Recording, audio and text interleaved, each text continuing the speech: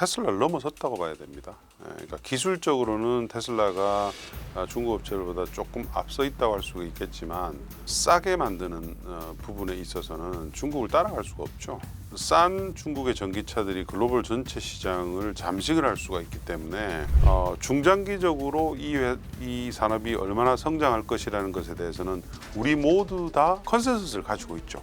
결국은 다 전기차로 바뀌는 거 아니냐, 누구나 다 알고 있잖아요. 이게 뭐 트럼프 이슈든 어떤 이슈든 조금 늦춰질 수가 있고 조금 속도가 산업의 성장이 조금 둔화될 수는 있지만 그 부분이 바뀌진 않을 거예요. 저는 올해 전기차 업황, 배터리 업황이 작년보다는 개선될 거라고 그렇게 지금 생각을 한다는 얘기입니다. 지금은 관련주들에 대해서는 저점 매수를 해서 특별한 경제 강의 머니 특강. 안녕하세요, 주식초등학교 여러분. 저는 오늘의 특강을 맡은 한병화입니다.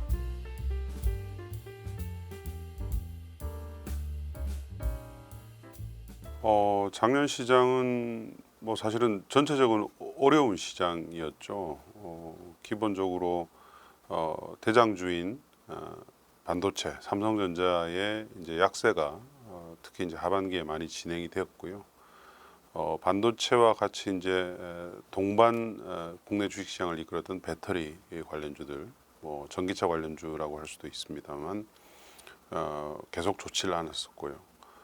반면에 이제 그 일부 바이오 업체들 또는 이런 글로벌 경기 여파이라든지 트럼프 리스크에서 조금 제외되어 있는 뭐 의료기기 일부라든지 또는 뭐 일부 미용기기 업체라든지 이런 작은 테마들이 좀 테마주들이 상승을 하는 그런 장이었다 할 수가 있겠습니다. 작년에 뭐 되게 안 좋았죠.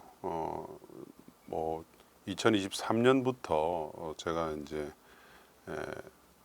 관련주들이 좀 너무 주가 상승이 급하다는 이제 워닝사인을 제게 이제 계속 드렸었고요. 실질적으로 작년에는 이제 이런 그 업황이 좀 둔화되면서 업체들의 이제 실적들이 많이 안 좋아지는 모습들이 이제 본격적으로 시연이 되었기 때문에 종목들의 주가 하락이 좀 극적으로 많이 일어났다, 그렇게 볼 수가 있겠습니다. 올해는 뭐 사실은 지난 연말부터 이제 시작된 국내 정치 불안이 올해는 어쨌든 해소될 거잖아요. 어떤 방향이든지 또 뭐 그 정책의 방향이 어떻게 될지는 사실은 어떤 그 당이 집권할지에 따라 달라지기 때문에 그 점은 저희가 뭐 미리 예단할 수는 없습니다. 다만 이런 이제 불안정성이 앞으로는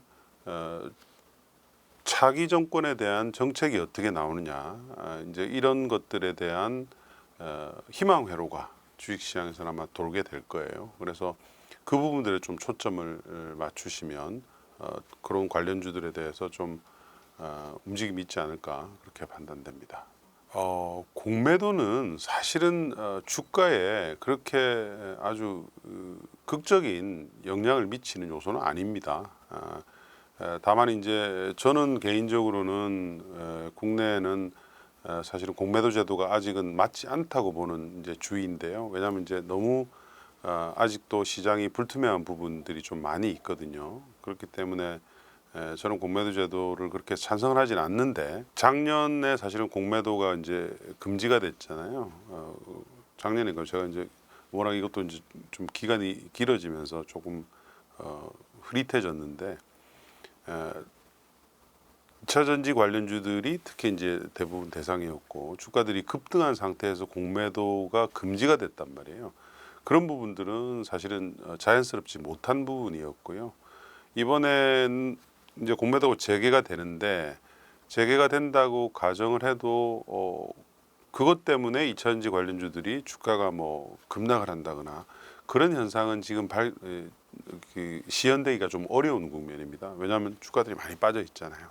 많이 빠져 있어서 희망을 가지고 다시 이제 매수하려는 분들도 지금 이제 많이 좀 늘어날 것이고 하기 때문에 공매도보다는 과연 전기차 산업, 배터리 산업의 펀더멘탈이 어떻게 바뀔 것인지, 정책의 변화가 어떻게 될 것인지, 그래서 우리 업체들의 중장기 실적 전망은 어떨 것인지 이런 것들에 훨씬 더 관심을 두시는 게 맞다 이렇게 보입니다. 저는 이제 애널리스트니까요. 펀드 매니저들 입장에서는 이제 이런 그 거래가 가능해요. 롱숏 거래죠. 그러니까 공매도가 재개가 되면 아무래도 숏을 할 수 있는 이런 이제 기회가 늘어나기 때문에 상대적으로 이 포트폴리오 안에서 저평가된 거를 사고 고평가된 걸 이제 숏을 치는 공매도를 하는 이런 이제 플레이가 가능하기 때문에 그런 이제 어떤 알파를 취하기 위한 그런 매매는 가능합니다. 가능한데 근데 그게 이제 전체적으로 배터리 관련주들이 상승세에 있거나 또는 하락세에 있거나 이런 큰 흐름을 바꾸기는 좀 어렵죠. 그 안에서 조금 더 추가적인 이익을 낼 수 있는 플레이는 가능하다. 저는 뭐 지난번 제가 작년 연말에 그 전기차와 배터리 관련된 비율을 이제 바꾼다고 변경한다고 그러니까 부정적에서 긍정적으로 변한다고 이미 이제 자료를 냈었고요.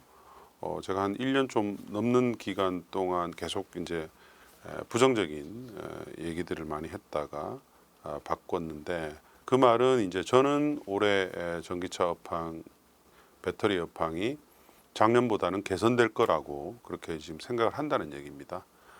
예를 들면 유럽과 미국의 전기차 판매가 유럽은 작년에 소폭 마이너스 그리고 미국도 그 증가율 자체가 한 10%가 좀 안 됐을 정도로 굉장히 성장이 둔화가 됐습니다.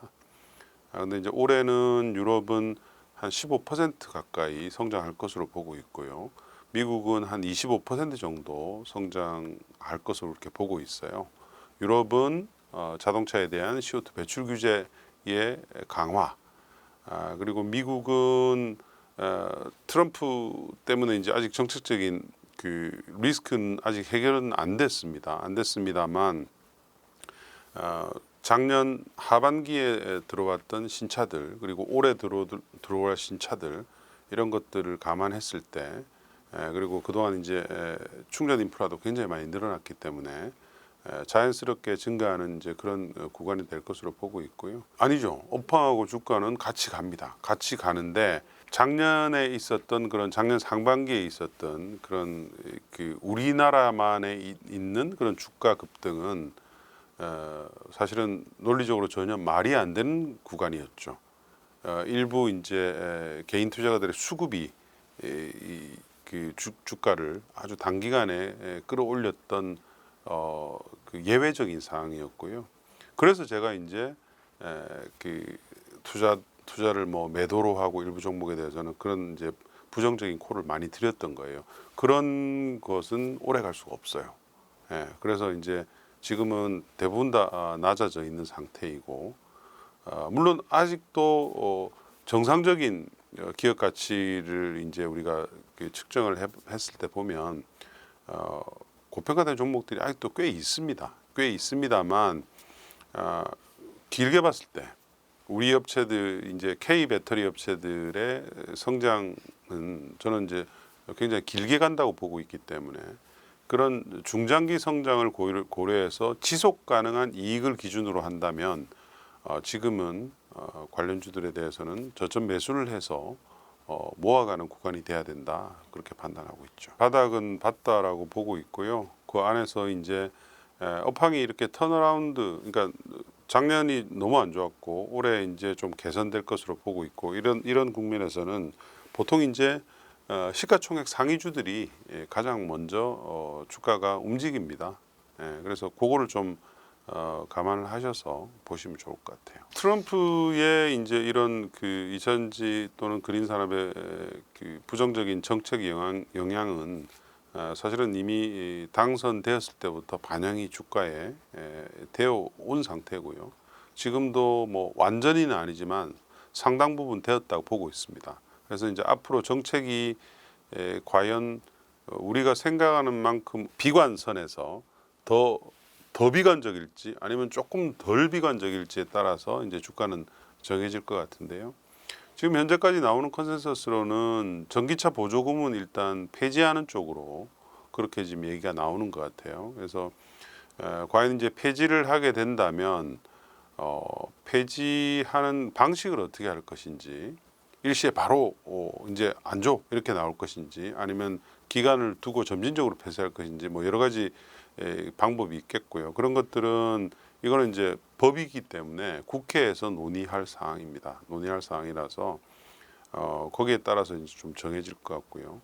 그 다음에 또 이제 배터리 업체들에 관련된 그 AMPC라고 있습니다. 배터리를 생산하는 데에 보조금을 주는 이제 그런 보조금은, 거기에 대해서는 뭐 아직까지는 그걸 폐지한다든지 그런 이제 움직임은 아직까지는 없는 상태이고요. 좀 지켜봐야 되겠죠. 그래서 그런 것들은 아마 하반기는 돼야지 확정이 된다, 그렇게 볼 수가 있습니다.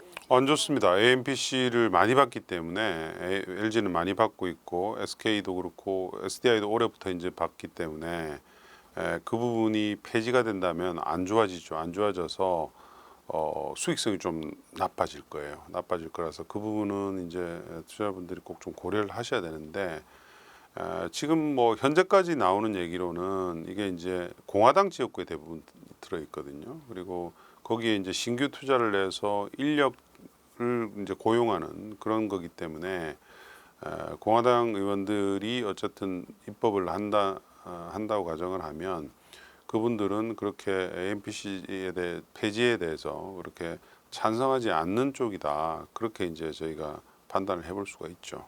연비 규제를 없애겠죠. 그거는 트럼프 1기 때도 했던 겁니다. 그러니까 바이든 정부가 마련해 놓은 매년 이제 자동차의 연비를 갖다가 올리지 않으면 벌금을 내고 타겟이 얼마가 됐다, 뭐 이런 규정들이 있거든요. 그 부분은 이제 법이 아니고 행정명령이에요. 그렇기 때문에 뭐 쉽게 없앨 수 있는 것이고요. 그거는 이제 누구나 다 지금 없앤다고 가정을 하고 있습니다. 그거는 확정적으로. 굉장히 많죠. 일론 머스크는 테슬라뿐만 아니라 뭐 다양한 기업들이 있잖아요. 그 기업들은 뭐 어떤 기업들은 정부와의 계약을 통해서 스페이스X 같은 업체 말하는 겁니다. 계약을 통해서 이제 돈을 벌어들이는 구조고, 또 뭐 뉴럴링크 같은 케이스는 정부의 관련된 규제가 얼마나 완화되느냐에 따라서 회사가 이제 확 커질 수가 있는 그런 입장이고 하기 때문에, 그래서 이제 규제위원회의 수장을 이제 일론 머스크가 맡는 것으로 해서 트럼프와 얘기를 했던 것 같고요. 지금 이제 그 방향대로 그대로 가고 있습니다. 가고 있어서 전기차 보조금을 없애는 것은 테슬라한테는 좋지 않은 얘기예요. 좋지 않은 얘기지만 그 머스크의 생각은 전기차 보조금을 없애면 다른 업체들이 더 어려울 것이다. 그래서 상대적으로 우리가 오히려 더 후발 업체들, 자동차의 완성차 업체들하고의 전기차 내에서의 경쟁력은 우리가 더 높아진다. 그렇게 이제 판단을 한 거죠. 그래서 이제 머스크는 일부 동의를 하는 트럼프의 이런 반전기차 정책에 대해서 그렇게 지금 구도를 짜고 있는 것 같아요. 보통 이제 승용차 기준으로 3천만 원 이하, 3천만 원 이하의 가격의 전기차를 보급형 전기차라고 부르죠. 뭐 중국은 뭐 이미 1,000만 원대 전기차들도 굉장히 많아지는 상태인데, 유럽과 미국은 아직도 한 3천만 원 이하의 보급형 전기차도 제대로 지금 못 갖추고 그동안 있었던 것이기 때문에, 이제 이런 시장이 되게 되면 그게 이제 바로 전기차 시대가 본격화되는 그 시그널이라고 할 수 있습니다. 그럼 올 하반기에 이제 낼 예정이다, 뭐 그렇게 얘기를 하고 있는데, 근데 아직 그거는 뭐 여러 가지 그걸 만들기 위해서는 또 그 여러 밸류 체인들, 부품 업체들한테 얘기를 하고 계약을 하고 해야 되는데, 그런 부분들이 아직 구체적으로 확인은 안 되고 있어요. 근데 이미 공식적으로 얘기한 거기 때문에 아마 올 상반기 중으로 그런 이제 움직임이 나올 것 같고요. 그걸 기반으로 해서 머스크가 올해 그 테슬라의 전기차 판매가 작년 대비해서 20에서 30% 증가할 거다, 그렇게 이제 얘기를 했죠. 그래서 그 부분은 좀 우리 배터리 업체들한테도 중요한 얘기이기 때문에 앞으로 어떻게 진행될 것인가 좀 유심히 관찰을 해야 되는 그런 중국의 전기차에 대해서는 이미 사실은 테슬라를 넘어섰다고 봐야 됩니다. 그러니까 기술적으로는 테슬라가 중국 업체들보다 조금 앞서 있다고 할 수가 있겠지만 싸게 만드는 부분에 있어서는 중국을 따라갈 수가 없죠. 뭐 배터리에 관련된 원재료단부터 모든 것들을 다 이제 가지고 있고 그 외에 자동차를 싸게 만들 수 있는 여러 가지 이제 요건들을 중국 업체들은 이제 완전히 다 가지고 있죠.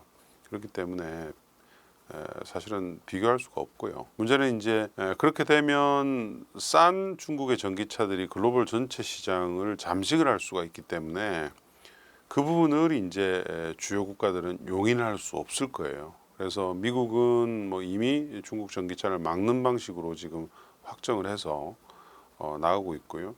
유럽도 EU가 지금 그런 방식으로 진행을 하고 있죠. 그래서 아마 많은 국가들이 중국 전기차에 대해서 벽을 쌓는 그런 움직임을 보일 수밖에 없다. 왜냐하면 이 자동차 산업이라는 게 워낙 전 세계적으로 제일 큰 산업 중에 하나이고 고용을 많이 이제 창출하고 있기 때문에 중국에 의해서 전부 잠식이 된다면 사실은 큰 문제가 되죠. 그래서 이제 거기에 사실은 K 배터리, 한국 배터리들의 생존 방안이 거기에 들어가 있는 겁니다. 네, 그럼요. 그러니까 지금까지의 전기차 시장은 사실은 중국을 제외하면 유럽과 미국은 보급형 전기차 시장이 아니었어요. 미국은 사실은 뭐 거의 없다고 할 수가 있고요. 유럽 같은 케이스도 EU로 보면 사실은 작년까지는 두세 종 정도 2만 5천 유로 이하의 보급형 전기차가 없었었어요. 근데 이제 올해는 그게 이제 동시다발적으로 한 9개에서 10개 정도까지 추가가 됩니다. 보급형 전기차가. 왜냐하면 이제 그 연비 규제를 맞추기 위해서 그러니까 CO2 배출 규제에 따른 벌금 부과를 피하기 위해서 많이 팔 수밖에 없는 입장이거든요. 그래서 보급형 전기차가 많이 늘어나고요. 미국은 이제 아직까지는 많이 늘진 않는데 올해 이제 GM의 볼트가 이제 새로운 모델이 나오는데 보급형이 이제 나올 것 같고요. 그리고 아까 조금 전에 말씀하신 테슬라의 보급형 전기차 이런 것들이 이제 본격적으로 판매가 시작이 되면 미국도 그런 이제 트렌드가 굉장히 강화될 겁니다. 그러니까 제가 전기차에 대해서 중장기적으로는 항상 긍정적이라고 말씀드린 이유가 바로 그거죠. 그러니까 우리가 이제 이 타는 교통수단, 특히 이제 이런 도심이라든지 지역 간을 이동하는 이런 자동차와 관련돼서는 뭐 2030년 이전까지는 자율주행 체계가 거의 아마 완성이 되게 될 것 같아요. 근데 자율주행 차는 전기차에 의존하지 않고는 완벽하게 구현하기 어렵습니다. 너무 많은 그 신호를 탐지하는 장비들이 들어가기 때문에 굉장히 많은 에너지 소요가 필요하고요. 그래서 이제 고용량의 배터리가 필요하죠. 또 전기차는 모터로 모든 것을 작동하기 때문에 굉장히 반응 속도가 빨라요. 자율주행차는 당연히 인간만큼이나 반응 속도가 빨라야지 안전 이슈에서 자유로울 수 있기 때문에 모터를 베이스로 한 자동차가 될 수밖에 없습니다. 그러니까 그 말은 결국은 전기차밖에 안 된다는 얘기예요. 그래서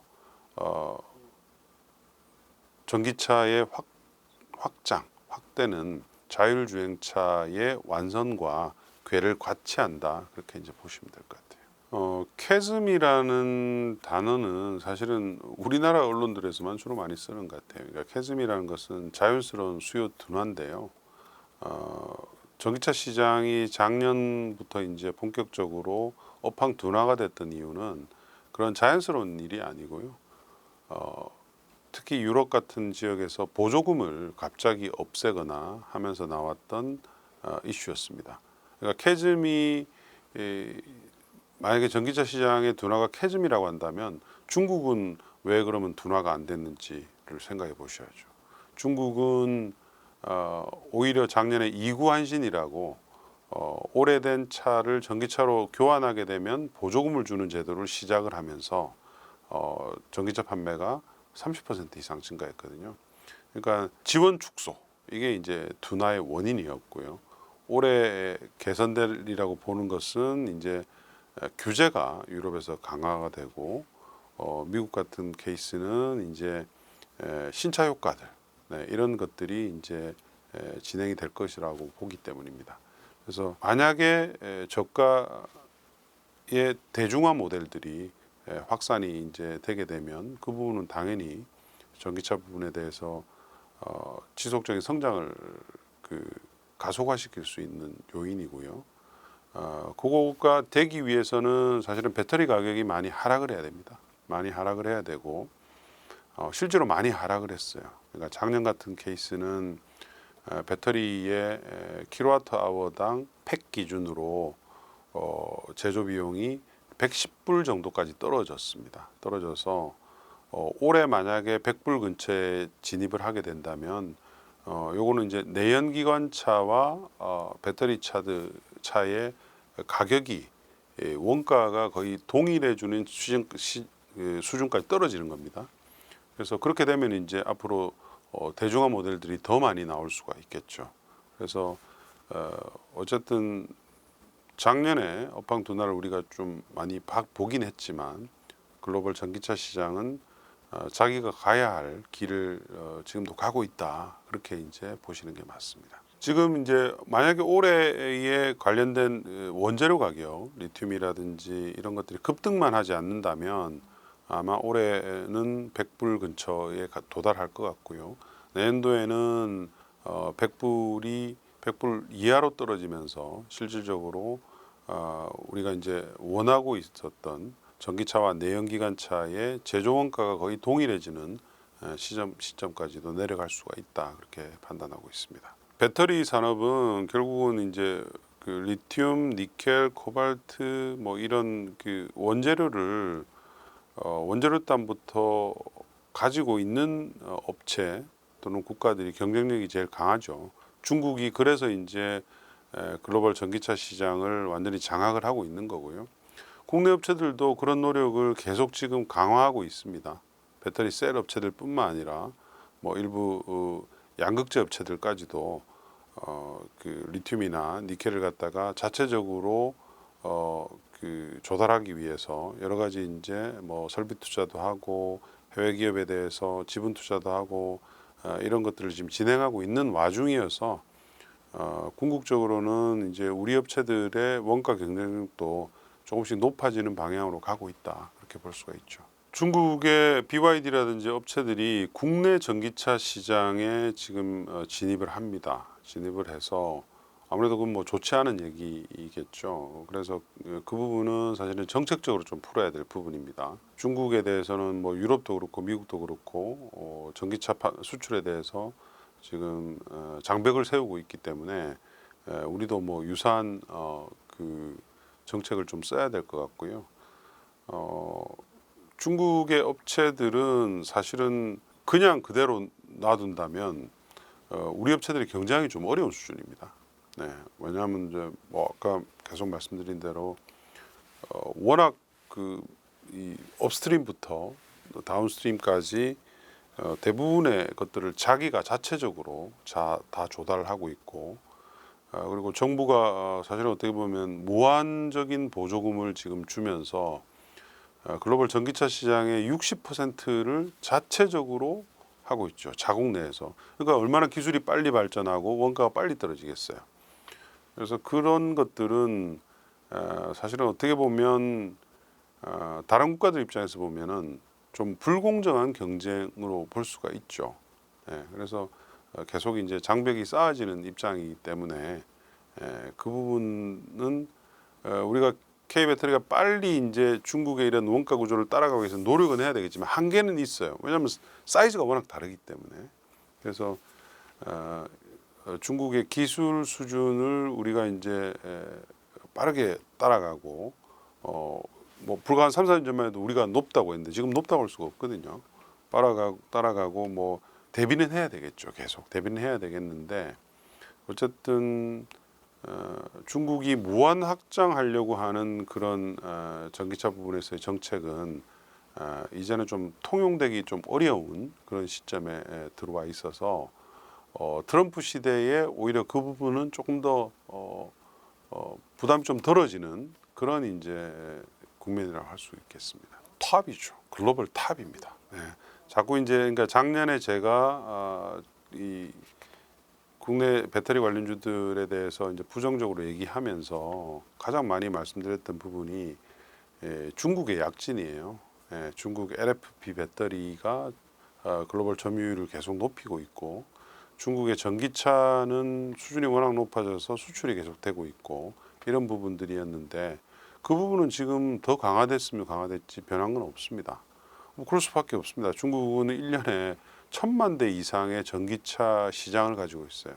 그러니까 얼마나 많은 시도들이 일어나고 있고 기술적인 발전이 일어나고 있고 가격은 싸지고 있고 하기 때문에 이제 조금 있으면 국내에 중국 전기차가 많이 깔립니다. 뭐 버스는 사실은 논외고요. BYD가 이제 매장을 직접 들어올 예정이고 BYD 이외라도 뭐 지커라든지 이런 약간 프리미엄급의 전기차도 국내에 많이 선보이게 될 거예요.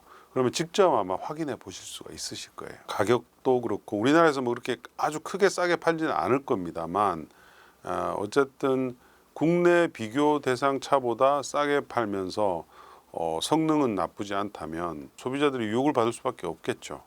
그래서 중국의 전기차나 배터리가 우리 기술보다 떨어져서 K 배터리가 잘 될 거다. 이런 논리는 잘못된 논리입니다. 그런 거는 이제는 있을 수가 없는 일이에요.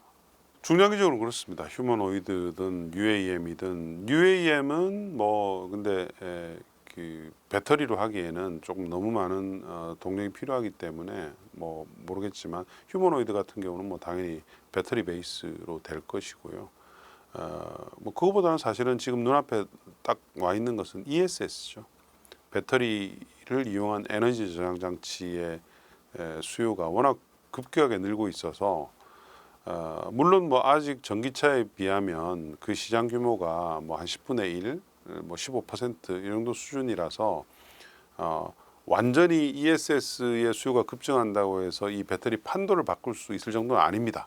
아닙니다만 전기차 배터리보다도 성장 속도가 월등히 빠르죠.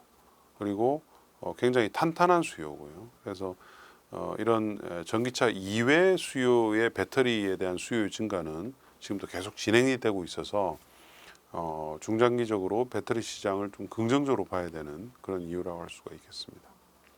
LG엔솔은 뭐 당연히 그 글로벌 탑 플레이어이기 때문에 전기차 업황에 뭐 직격탄을 맞았습니다. 맞았고 특히 이제 유럽과 미국이 이제 주력 시장이다 보니까 작년도에 업황 둔화에 이제 가장 큰 영향을 받았죠. 아마 1분기까지도 재고 조정의 여파가 일부 있을 거예요. 미국의 GM이라든지 유럽의 폭스바겐이라든지 이런 부분들이 있을 건데 이런 부분들은 뭐 제 생각에는 2분기부터는 어느 정도 턴어라운드가 좀 시작이 될 것으로 보고 있고요. 올해 그렇게 아마 물량의 증가를 그렇게 강하게 예상하지는 않는 것 같아요. 회사 측에서는. 근데 이제 그 부분들은 작년도에 초에 이제 강하게 얘기를 하다가 업황이 이제 하반기 확 꺾이면서 이렇게 좀 판단 착오를 한 부분들이 있었기 때문에 회사에서는 좀 조심스럽게 얘기하는 것 같고요. 저는 뭐 개인적으로 봤을 때는 배터리 업황이 올해 보면 상반기보다는 하반기로 가면 갈수록 좀 더 강해질 것으로 보기 때문에 그런 부분들은 좀 여러 가지 이제 변수가 있지만 좀 하반기로 가면 갈수록 실적 턴어라운드세는 좀 더 강해지지 않을까 그렇게 이제 판단을 하고 있습니다. 그걸 뭐 당연히 시총 상위주죠. LG엔솔 그다음에 양극재 업체들, 뭐 에코프로 BM, 뭐 포스코 퓨챔, 뭐 이런 LNF 이런 이제 양극재 업체들이 이제 그 다음을 이루게 될 거죠. 순차적으로 그렇게 보통 움직입니다. 주가들이. 일단 데이터죠. 그러니까 유럽과 미국의 판매 데이터가 언제쯤 좀 증가하는 모습이 의미 있게 보이느냐 이게 이제 중요하고요. 제일 처음으로. 두 번째는 이제 정책 이슈죠. 정책이 유럽에서 EU에서 지금 그 완성차 업체들이 CO2 배출 규제가 너무 강하다, 좀 완화해달라 이렇게 지금 얘기를 하고 있어서 어느 정도 지금 협상이 진행 중이고, 미국은 이제 IRA 들어있는 전기차 보조금, AMPC 이런 것들을 어떻게 할 것인지, 또 그 미국 의회 내에서 이제 조만간 정식적으로 이제 수정한 법안들을 만들게 될 거니까요. 그 변동성에 따라서 조금 그 왔다 갔다 하게 될 겁니다. 그래서 그 부분을 좀 주목을 하셔야 될 것 같아요. 정책입니다. 정책. 그러니까 이 2차 전지든 그린 산업이든 모든 것은 사실은 정책에 따라서 좌지우지 되거든요. 그래서 첫 번째로 다른 거보다는 정책이 어떻게 변하는지를 굉장히 주목을 하셔야 된다. 그러니까 작년에 우리 배터리 투자하신 분들이 많이 이제 손실을 본 이유는 유럽 국가들에서 일어나고 있는 이런 보조금 컷이라든지 보조금 폐지라든지 이런 부분들에 대해서 사실은 많이 안 보셨기 때문이에요. 그래서 이제 정책이 미국과 유럽에서 어떻게 변하는지에 대해서 굉장히 좀 잘 보셔야 되고, 두 번째는 중장기적으로는 긍정적인 마인드를 가지고 접근하셔야 돼요. 물론 그 긍정적인 마인드가 작년처럼 단기간에 어떤 개인들의 수급에 의해서 이렇게 급증할 때, 이럴 때는 좀 경계를 하셔야 되겠지만, 최근에 보면 이제 여러 가지 뭐 이슈들이 생기면서 주가들이 굉장히 많이 빠졌잖아요. 빠졌는데 최근에는 또 굉장히 부정적으로 보시는 분들이 많이 늘어나신 것 같아요. 제 주변에서 이렇게 보면. 근데 이 전기차 산업이든 그린 산업이든 큰 흐름은 바뀌지 않습니다. 우리 인류가 가야 될 미래는 사실은 정해져 있어요. 모든 내연기관차가 전기차 또는 내연기관을 대체하는 이런 방향으로 진행될 수밖에 없고, 우리가 모두 쓰는 모든 에너지원들은 풍력, 태양광, 또 그를 활용하기 위한 ESS, 수소 이런 쪽으로 변환될 수밖에 없고, 이렇게 이게 이제 우리 인류가 가야 될 목표가 정해져 있는 거예요. 근데 이제 이런 긴 목표를 진행하는 와중에 변하죠. 조금씩. 뭐 트럼프가 된다거나 유럽이 일부 우경화가 된다거나 이런 것들이 오게 되면 이제 당연히 이제 거기에 따른 변동성은 있습니다.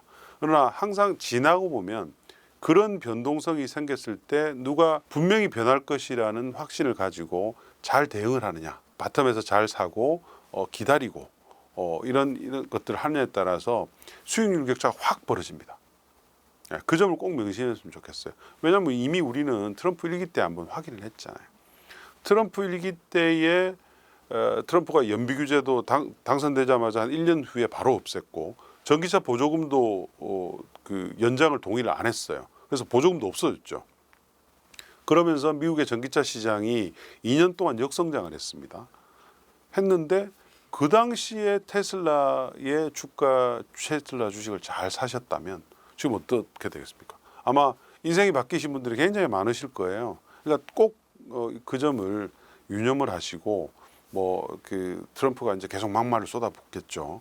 그리고 뭐 유럽에서도 뭐 일부 뭐 규제를 완화한 이런 얘기가 나오시겠지만, 단기적으로야 주가가 빠질 수가 있습니다. 그런 부분들은 단기 투자하시는 분들은 대응을 하시고, 다만 중장기적으로 내가 전기차 사업이 좋아서 내가 다른 부동산 투자할 바에는 길게 보고 전기차 관련된 종목들, 배터리 관련된 종목들을 투자하고 싶다 이러신 분들은 굉장히 좋은 타이밍이 될 수 있으니까 좋은 기회로 좀 활용하시기를 좀 권고드립니다.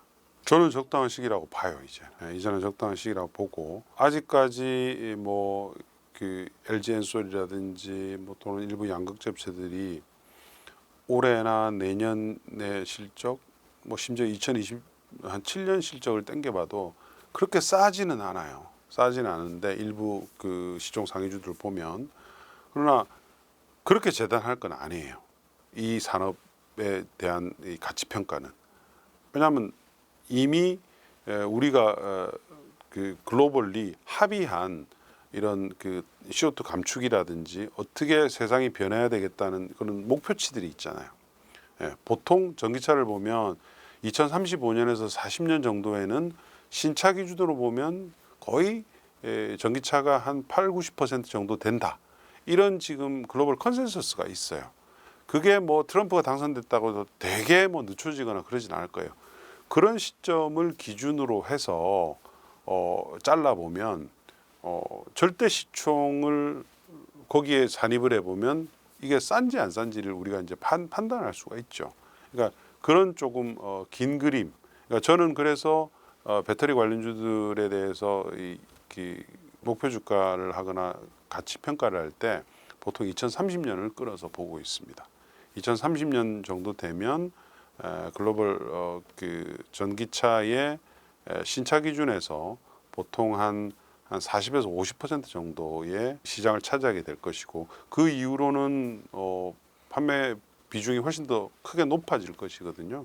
그래서 중간 단계로 2030년도에 이 회사가 얼마 정도 성장이 있을까 이런 이제 그림을 그리시고 그 가치를 평가해서 지금 절대 시총이 싼지 안 싼지 그렇게 판단해 보시면 아마 우리나라 웬만한 K 배터리 관련주들이 지금은 저평가돼 있다. 그렇게 이제 판단할 수 있을 것으로 그렇게 보고 있죠.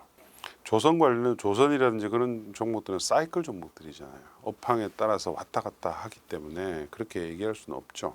근데 이것도 전기차는 업황이 있어요. 단기 업황은 있지만 중장기적으로 이 산업이 얼마나 성장할 것이라는 것에 대해서는 우리 모두 다 컨센서스를 가지고 있죠. 결국은 다 전기차로 바뀌는 거 아니냐. 이런 거는 이제는 우리는 누구나 다 알고 있잖아요. 이게 뭐 트럼프 이슈든 어떤 이슈든 조금 늦춰질 수가 있고 조금 속도가 산업의 성장이 조금 둔화될 수는 있지만 그 부분이 바뀌지는 않을 거예요.